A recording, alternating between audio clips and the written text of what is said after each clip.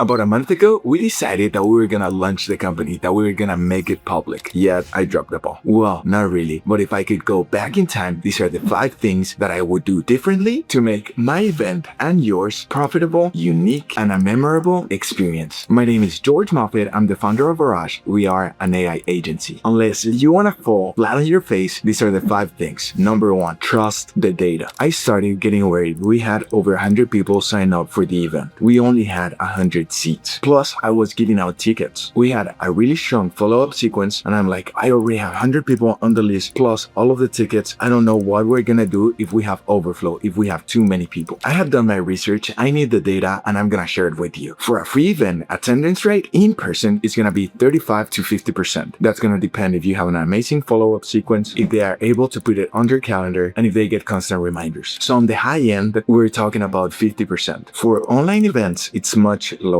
And I knew that, but I just didn't really care about it, and I was just getting worried because I didn't want for people to be disappointed by not going. So if I could go back, I would just not turn off the ads as fast as I did, and I would continue inviting people, understanding that that's the data. That's why you do the research, but it's not helpful if you don't put it into use. So once you have the data, trust the data. And if you didn't know what the data was, here's a table that shows exactly what online conversion looks like from invite to actually coming to the event, and then from coming to the event to actual sales call or conversion. Since we stopped the ads too early and we were not really full and packed, actually the number that showed up was the number that we expected from the data, the 40%. So instead of us having like 150 people that I could have gotten if I continue running the ads and continue inviting people, because we still had tickets. So I missed out on opportunities to get in front of more people just because I didn't trust the data. So don't make that mistake. Continue sharing, continue inviting people, and if it's a big deal, make it that, a big deal. Mistake number 2, and this one actually cost me a lot, and I truly believe the experience could have been so much better if I had known this, and is to build capacity. You already got people on the event, you already have people at the door, you're running your ads, you're inviting people, you have your links, you're reaching out to people, you're inviting them one-on-one, DMing, messaging, that's all good and great. Now we have to build the event. We have to build capacity for that day, because just like in a wedding, just like in a birthday, there's gonna things that are gonna come up and you need to have space. Something that happened to me and that I want for you to avoid is for have too many planes in the air. You must land planes. And when I think about landing planes, it's about having a bunch of activities in the sky that you're not controlling, that you are not landing, that you're not putting in the ground, closing loops, whatever you want to call it. Before you let another idea take off, you must land those planes. That's something that I didn't do, and that's exactly why the day of the event I was trying to land planes while dealing with chaos. You must be able to follow a list and start closing those loops. I had so many cool things that I wanted to do that I thought were important for the event, but you need to start with the things that are essential and then go down that list. We wanted some motion graphics and animated videos. We wanted some custom water bottles. We wanted custom printouts, custom materials, custom presentation. Everything had to be perfect for the event. But being able to build a list, start from top to bottom, and not having things halfway done during the event will allow you to focus on emergencies, on taking care of situations that might occur, because they will occur. So building the capacity and closing those loops is super important, and start by prioritizing what matters the most. There are things that are must-have. You must be able to separate those, start with the must-haves, and make sure that you have all of those for certain and all of those prepared and ready for the event, and then you can go and get the fancy stuff and the cute stuff, but that doesn't make or break your event. If you like this video, like this video. Number 3 is being clear, being intentional. When you watch a TED Talk, you know exactly what to expect. If you go to a sales event, networking event, to a concert, you know what the ultimate goal of that event is. And as a planner and as a business, making an event is clear that you have one outcome, not 2, not 3, 1. As you plan the event, making sure that you know what you are expecting out of it and focusing everything that you're doing towards that goal. This will guarantee many things. It will respect the audience's time. You will have the ability to share way more value because we're just focused on a narrow aspect. In this case, for us, it was a get to know us. But what happened is I get to know us, then it was a little bit of networking, then it was a little bit of sales. So people, instead of going out with a clear direction, they did get to know us, they did enjoy the event, but it was not clear what the next step was. So you having clear expectations and planning around those expectations is key. The same reason you don't say on YouTube, like, comment, subscribe on the same CTA because that generates decision fatigue. You should avoid the exact same whenever you're in an event, whenever you're in a conversation, wherever you're doing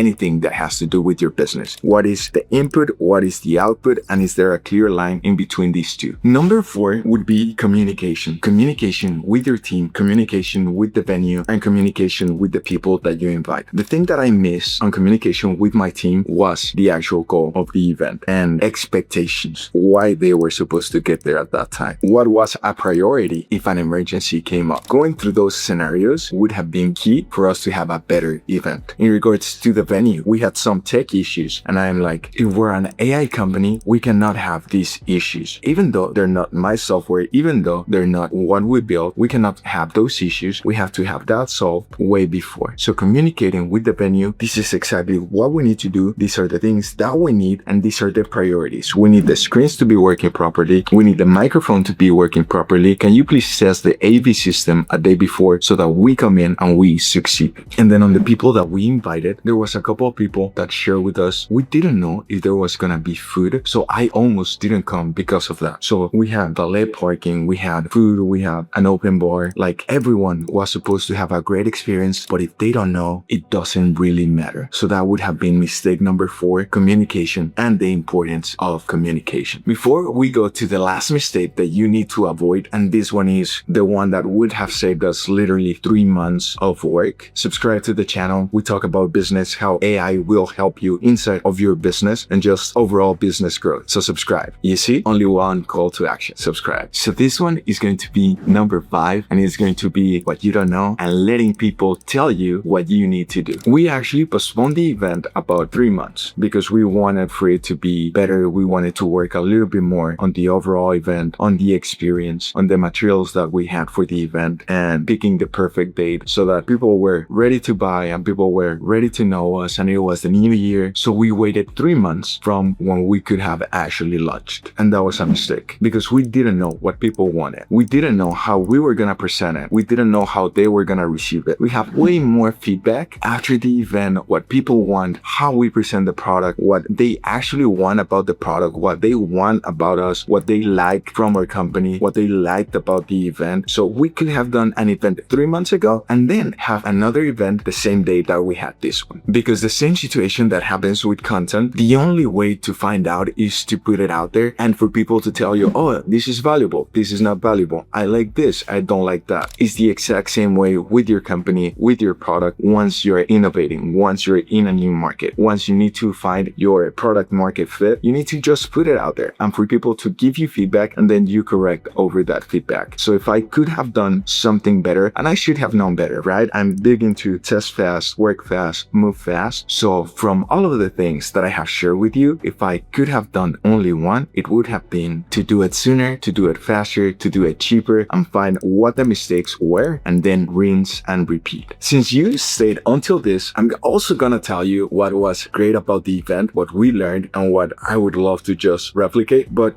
it just happened just as the other things, they just happened as accident. Like, we just tested, and I'm just happy that these were the positive things, because as much as I would plan, it didn't turn out exactly how I wanted, but we learned that doing things this way was pretty successful. So these are the winning things that we did, and I'm gonna share them with you for staying with me until this time. So thank you. We had some amazing ads by accident. So we created different variations. We were here in Oklahoma. I was also in Mexico City. We grabbed different ads. And the reason this is so important is because we're really niche and our cost to acquire a lead was super low. We were getting leads for $15. They were filling out an extensive form, so we knew exactly what their name, email, what they were struggling with, how much money they were making, where were they located, and if they had like a magic wand, what they would change. So they were super valuable leads for $15 in our city, people with a business that's unheard of, unseen. And the only reason we were able to do that is because we have different variations of the ad. My co-founder, Brooklyn, she had 8 variations. And in all of those variations, we were calling our ideal client. We were telling them exactly what the event was going to be about, talking about AI and how it was going to improve their business. And last but not least, we were telling them the date, the time, and the next steps. So all of them truly by accident. Like, I was trying to get creative. I also had 8 variations, and I was just trying to be like in nice places and make it smooth. But those were the 3 key aspects that that we saw that drove the most volume. Not just that, but being able to put them to compete against each other. First, we had a traffic campaign with a bunch of variations, like over 24 videos, and then we had our leads campaign with 8 videos for Brooklyn, 8 videos for me, and they were competing against each other. Mine were a lot more spread out, but for Brooklyn, it was one video that was actually driving most of the traffic. So then we were able to adjust the budget and just send it to that. And it was a fast video, it was short, it was sweet, and it was just doing those 3 things: calling the ideal client, talking about the event, and then telling them what the next steps were. And that goes back to what I mentioned before. The only way to know it's for people to tell you what's converting. So just continue testing, do it fast, and do it cheap. The next thing was the B-roll and us actually having an event. We're in a city that is not as big, it's not New York, it's not LA. So us being able to get B-roll and explaining to people what we do was actually crucial. That was super nice because we got in front of our ideal audience and they told us what they wanted and what they didn't. And we have a bunch of B-roll shots that just serve as proof of what we're doing and how we're transforming businesses with AI. And for it to truly be memorable, we were also able to create evergreen lead magnets. Since we wanted to give them tools for people to get value of coming to the event, we created a bunch of content, a bunch of apps, and printed materials that now we can continue to use. Like all of those water bottles that we were talking about, if we go to a meeting, now we're able to give those water bottles. We have branded folders, branded stickers, all of that material, and all of the online assets that we created for the event that I'm gonna link down below. They continue to build our business ecosystem and the value that we're able to provide for free to let people know what we do and for them to understand how we see business, how AI is gonna help on their business. So putting all of that work in advance for that event opens the door for you guys to go down and click the link and also get those materials. For us to go to meetings, to sales calls, to have another event and just have all of that material built solving specific problems for businesses. So all of that work that we had to put for the event